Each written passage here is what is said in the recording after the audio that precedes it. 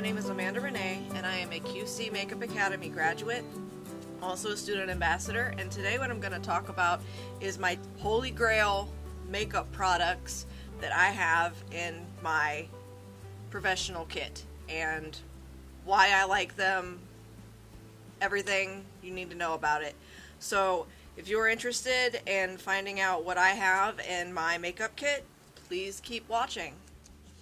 It's important to have high quality products that you know how to work with and what skin types and who it's good to work on with in your kit, because it shows clients that you've taken the time to properly invest in products and you know how to use them.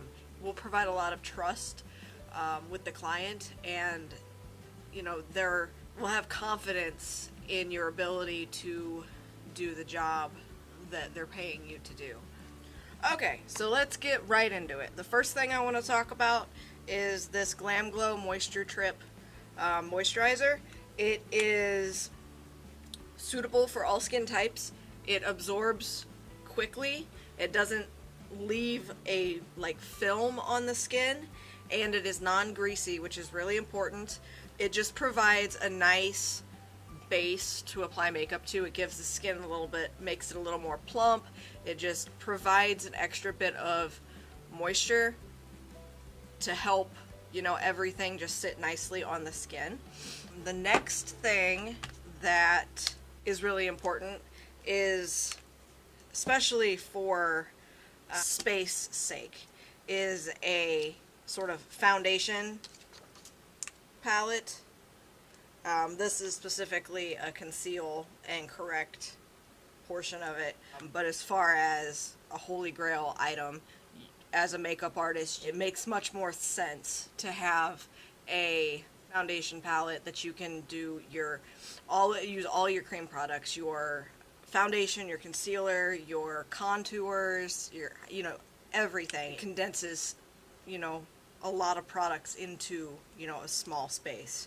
And honestly, before studying at QC, I was only familiar with liquid foundations, and I've learned, through the training and everything, that cream is just so much. You can do so much with it and manipulate it in different ways. That way you can make it suit the different skin tones that you're working on, and it just, because it's thicker than liquid, it actually provides almost like a pore filling, smoothing effect on the skin, which is really nice. Next, I'm going to talk about two of my absolute favorite sort of eyeshadow palettes. This is the Tati Beauty Textured Neutrals Volume 1. And this is just,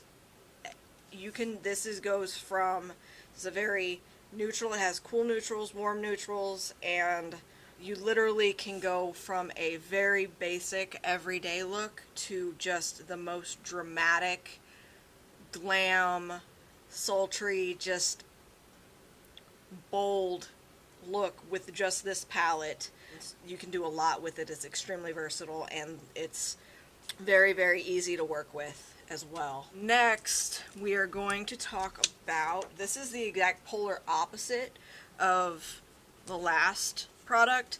This is my favorite all-in-one, one-stop color palette. This is the BPerfect Cosmetics Carnival XL Pro palette, and there is every color and in between in here that you could ever want to use, and there are some highlighters, and there's also shimmers and metallics and everything in here as well. But this is my one-stop. If somebody wants color, I can do it out of this. It has pretty much anything you could potentially want. So the next, actually this, I should have said this first, but my favorite, and this is it can be controversial, because some people love it, some people hate it. I absolutely love it, and I will explain why. My favorite eyeshadow base is the P. Louise bases, and these are my three go-tos. This is sort of just a sort of just neutral shade, and then this is an all white, and then this is an all black, so I can basically get whatever shades I need out of these three. And it is a liquid product, but it's dry. It provides a nice base for the shadows. It doesn't dry down super fast, but once it does dry down, it prevents creasing. The shadows have a nice sort of lightly tacky surface to adhere to, and it prevents oil from coming up between the eyelid and the eyeshadow. That's what breaks down your eyeshadow and causes creasing. So this prevents that from happening, and I absolutely love this base. So next thing I'm going to talk about is my favorite sort of eyeliners. These are the Urban Decay 24/7 Glide On eye pencils. They are a gel formula. You sharpen them, which basically after you use them on a client, you sharpen it, and it basically gets it ready for the next client, and you don't have to worry about cross-contamination or anything of that nature. These are extremely long-lasting, and even on the waterline, which is really important because a lot of other products, they'll just fade away throughout the day, and these actually last a really long time, and they have like every color known to man. This is just a handful that I grabbed out of my kit. Next, I'm going to talk about my favorite lip pencil, I guess. This is the ColourPop-Lippie Pencil, and just like the other ones, these are sharpenable, very creamy, they glide on very easily, so you don't get skipping and pulling and stuff on, when you're doing your lip liner. And also, it dries down. It's extremely long wear, and they have every color that you can think of as well. Another product these are kind of two products along the same lines, but like I use them differently. So the next product I'm going to talk about is the Tarte-Ready Set Radiant Spray. This is basically a prep, set, and refresh spray. It is on the more hydrating side, more radiant side, so it's going to give you a sort of dewy finish. I like to use this as a sort of two ways. For somebody who's wanting a sort of dewier finish and they don't have problems with oil, I like to use this sprayed before I apply foundation, just almost as additional primer to the skin.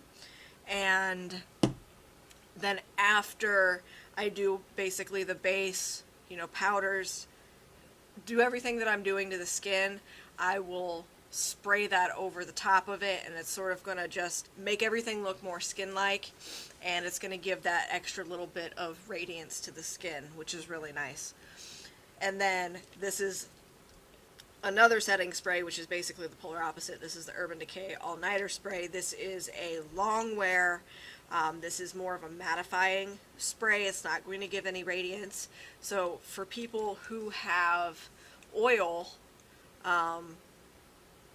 more oily skin, I like to spray this on before I apply foundation, because it actually provides a barrier between the skin and the foundation, so any oil that comes up through, it's going to be sort of suppressed because of this. And then additionally, after I do the base and everything, I will spray this on top of the whole face, and it's just going to set everything down, and it's a super long wear spray, so it prevents, transfer and everything of that nature.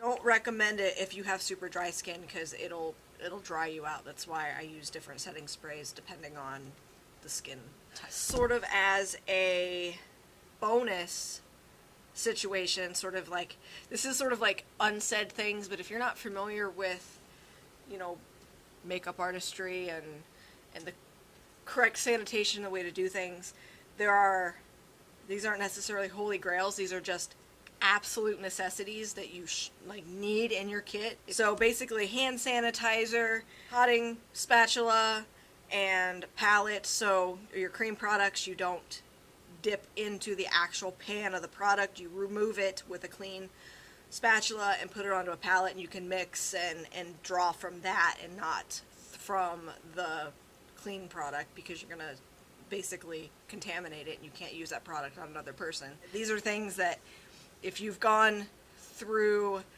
the QC training, you will absolutely know all of this, and they focus a lot. Like, the first thing you learn before you get into makeup is how to be hygienic and keep your products and your everything clean so you can protect the client. That's extremely, like, number one most important thing is keeping you and the client safe and keeping your products and everything clean. That was never anything that crossed my mind before, you know, taking the courses through QC. And the courses that I've taken are the Master Makeup Artistry course, the Pro Makeup Workshop. I'm still working through the Special Effects course, as well as the updated version of the Master Makeup Artistry course. And just a lot of these little, like, tips and tricks and certain products and things I use now, I had no idea about any of it before I started training with QC. As far as the courses at QC, generally you can, if you enroll in a course, you have 2 years from once you enroll to finish it, but generally it takes less than 40 hours of actual, like, work time to complete the course. If you enjoy this, if you have any questions, anything, ask in the comments down below. I will respond back. You can also find me on Instagram. It's linked down below. You can also come over to the QC Virtual Classroom. It's a Facebook page, basically, where current students, graduates, the tutors are in there. This is just a big helping community of, you know, everybody just wanting to help each other, share ideas and everything. It's a great place. So thank you so much for watching, and I hope to talk to you all soon. Thank you.